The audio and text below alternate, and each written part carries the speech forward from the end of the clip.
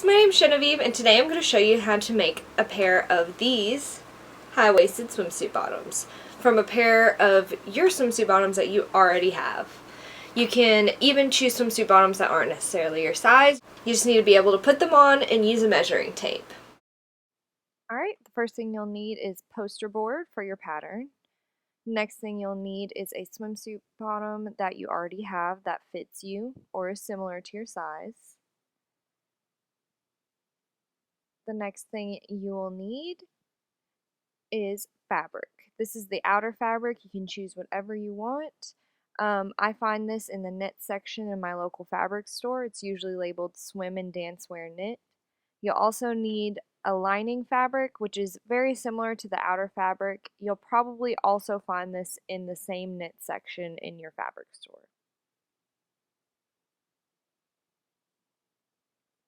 The next thing you'll need are some jersey needles or ballpoint needles. A 10 or a 12 size will work just fine for this since it's a thinner fabric. The next thing you'll need is a good pair of scissors, a measuring tape, a marking pen. I like the chalk ones because they come off easily. You also need a ruler. I also like the clear ones because you can see through them. Alright, so the first thing you'll do is take a pair of swimsuit bottoms you already have. Find where the sides are on both of those and match them up together. You'll pin these together. This way your swimsuit bottoms don't move around while you're tracing them to make your pattern. So I started with the back. You'll see that it is folded in half. I make sure everything is even. And then I'm going to line it up with the side of my paper there.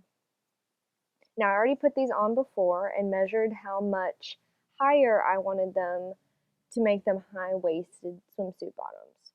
So I'll put a weight on my swimsuit bottoms that are laid out, and then I will measure the amount up that I had already measured before when I put them on.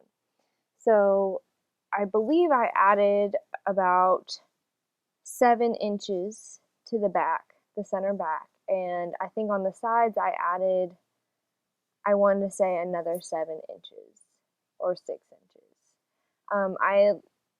I just chose to have it this way. I feel like it looks better with a curve. You can make it however you'd like. So the next thing you'll do after you mark that top part is you will trace around the rest of the swimsuit bottoms an inch outside of the edge. This is just to ensure that you have more than enough seam allowance. You can always make them smaller than you need to, but I'm sewing everything with a 1/2 inch, so I thought I'd give myself another 1/2 inch to play with. Also, just to make sure that they're not uncomfortable. You can always try them on when you cut out your pieces to make sure that it fits all right.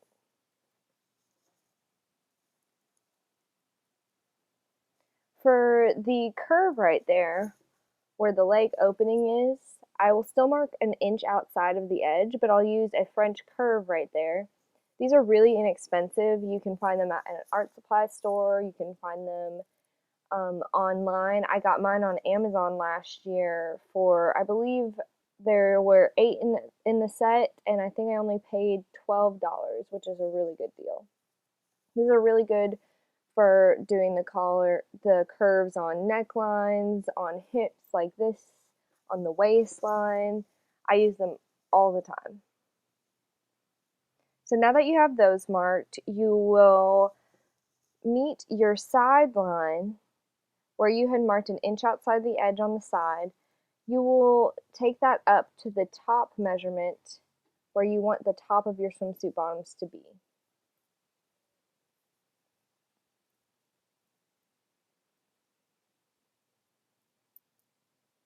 I made mine go in a little bit at the waist. This way it will just conform to my hips a little bit better. I kept my line straight as well because this is also another thing that you can change. For most people, the straight line will be fine, but whenever you put your pieces on after you cut them out, it's always a good thing just to make sure. I take my French curve again and make that waistline curve. really easy. After this, all you're going to do is cut out this piece and do the same thing to the front that you did to this. After you have your pattern pieces cut out, you'll cut them out of your fabric. So here I have the back piece laid out. I'm just going to mark my seam allowance outside, which is a 1/2 inch. So I will be using my little chalk marker. I have my fabric folded in half and my pattern piece on the fold. This is really fast and easy. You don't really need to mark any of the hip marks or anything like that. Alright, and now I'm going to speed it up a little bit so that you guys don't have to watch all this boring stuff because that would just take forever. All that I'm doing here is just continuing to mark the seam allowance, and then I'm going to cut along those lines that I marked.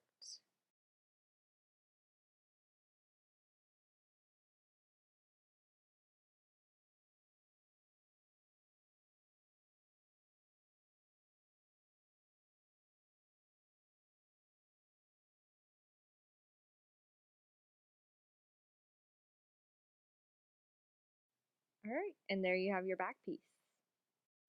Alright, so for your lining, you'll do the same thing that you did when you were cutting out your outer pieces. The only thing you'll do is instead of adding a 1/2 inch seam allowance, you'll only add a 3/8 seam allowance. This way the lining will be 1/8 of an inch smaller than the outer pieces. This just ensures that when you sew them together, the lining will turn to the inside and you won't be able to see it when you have it on. I went ahead and sped up the clip a little bit. You guys pretty much get the gist, but all I'm doing is adding and cutting out all the pieces.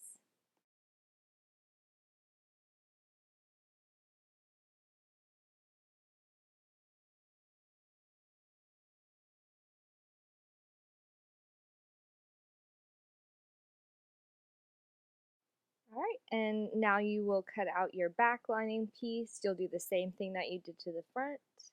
Very easy, and just cut out your piece when you're done.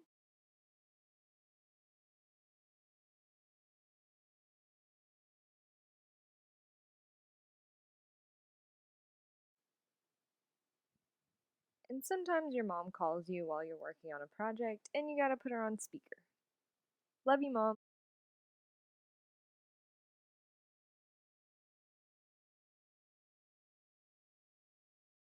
And that's it for your lining pieces.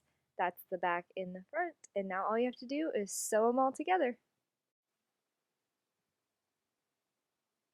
Alright, so the first thing you'll do is take the outer pieces and match up the crotch to the front and the back. You'll pin them together and then you'll stitch them with a long, narrow zigzag stitch at a 1/2 inch.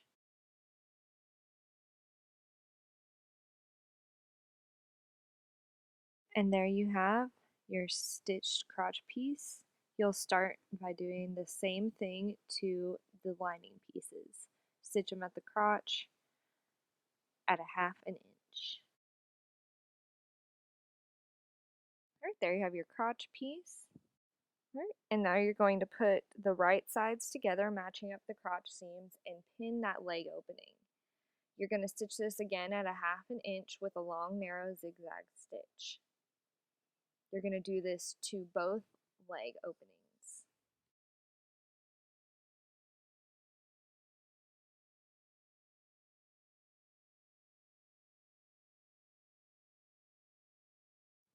Alright, now that you have your leg opening stitched, take out the pins.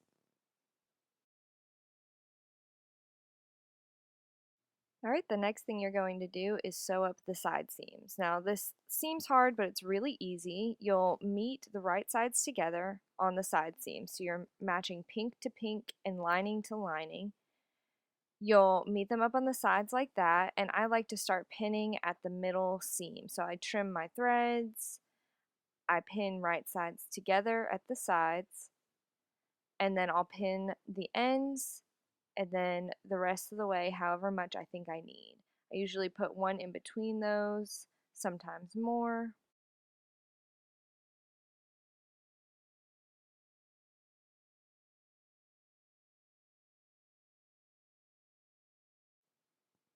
Alright, then you'll stitch the sides again with a long narrow zigzag stitch at 1/2 inch.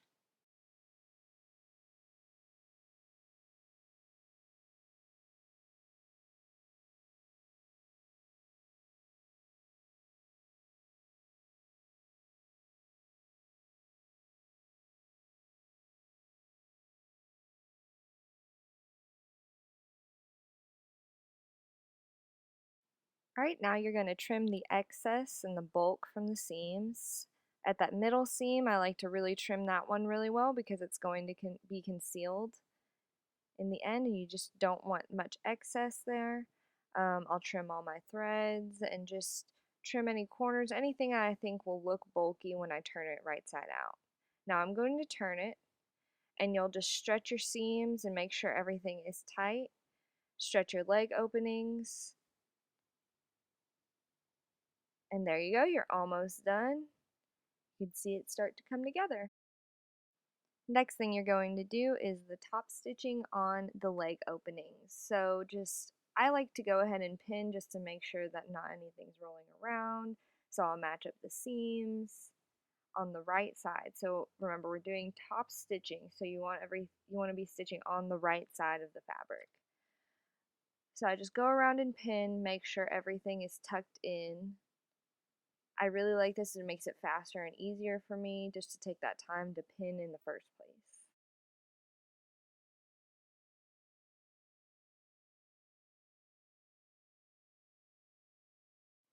Alright, now that you have everything pinned, you're going to go ahead and change your stitch settings for the top stitching.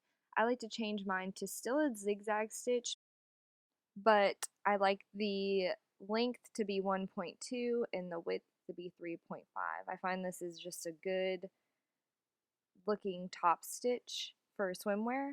Whenever you're stitching, you're going to stitch about 1/8 of an inch from the edge.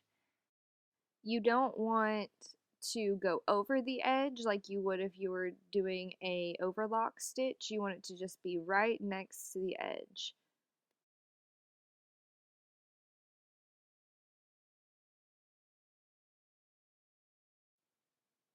And here's what your leg opening should look like. It's okay if they're a little wavy like that. We can always press them out with a pressing cloth later. Next thing you'll do is pin together the top edges. So you'll match up the side seams on the lining and the outer parts and you'll just pin them together. I like to put one on each side seam, stretch it, make sure everything's pulled tight, pin them together, and then I like to put another pin in the middle of the front and in the middle of the back. You can add more pins if you like, whatever makes it easier for you.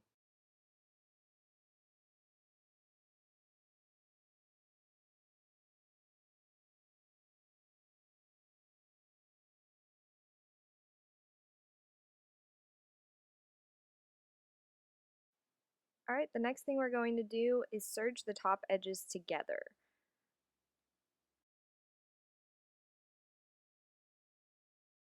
If you don't have a serger, that's okay. You can also use just a regular zigzag stitch on the edges on your machine. This will have the same effect since this is a knit, it doesn't fray.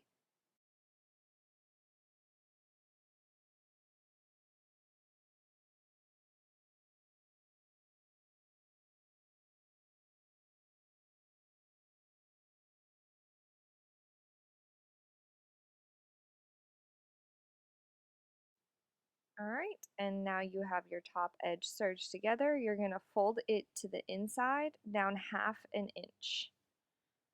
And you're going to pin that, just like that. You're going to do this all the way around the top edge.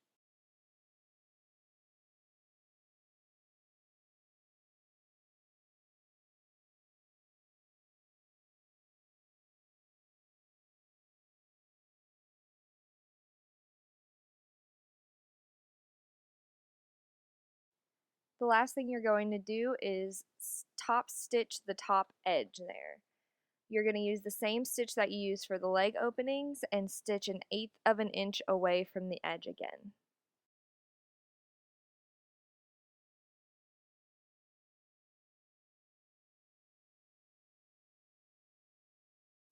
Alright, you'll trim all your threads.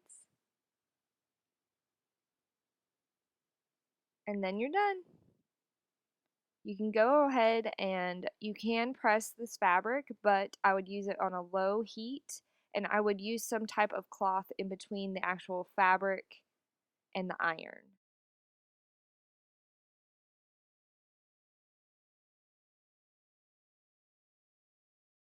Alright guys, that concludes this tutorial. If you guys have any questions, leave them down below.